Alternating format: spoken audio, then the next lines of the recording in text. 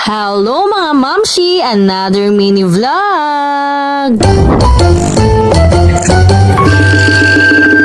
Sabado at linggo ay pinipilit na nga namin na makauwi dito sa bukid. Para kahit wala kang tumitira sa bahay namin ay malinisan nga namin ito pautay-utay. At dahil ramdam na ramdam na nga natin ang init ng panahon ay iba nga talaga ang ambience kapag nga andito ka sa bukid. Kahit pa paano nga ay makakalanghap ka pa rin ng sariwang hangin. Lungkot nga lang kami bigla dahil ngayon nga lang namin nalaman na muntik na palang masunog yung bahay namin. Ay, sa kabilang banda kahit hindi man namin ito madalas mauwian o kaya naman ay natitirahan. Ay, grabe din naman nga ang hirap namin bago namin maipundar itong bahay na ito. Tatak nga siguro kayo kung bakit nga nagkaroon ng shortage ng kuryente wala naman nga nakatira dito. Wala nga kasi nang umalis kami dito ay nakatap na nga dito yung kuryente ng tindahan ni Papa. Ang mahabang extension nga lang yung nagko-connect mula dito hanggang dun nga sa tindahan nila. Madaling araw nga doon nangyari at kasarapan pa nga ito ng tulog ng mga tao dun sa kapitbahay. Pero buti na lang at hindi pa din nga talaga pinag-aadyang mangyari na masunog nga itong bahay. Ay, buti na nga lang daw yung time na yun ay hindi pa nga nakakaalis si Papa papunta sa bayan. Inutas nga niya talaga yung dingding namin para nga makapasok siya sa loob at mapatay nga niya yung apoy. Dahil kung hindi nga kaagad na agahan yun ay naku, pati nga yung bahay ng kapatid ko ay madadamay. Ito pa namang materialis ng bahay namin ay purong sawali nga at medyo may kalumaan na nga rin yung mga kahoy na talaga namang madaling kakapitan ito ng apoy. Sabi ko na lang din talaga na kahit papaano nga ay hindi kami pinapabayaan ni Lord. Yung palagi sa panonood.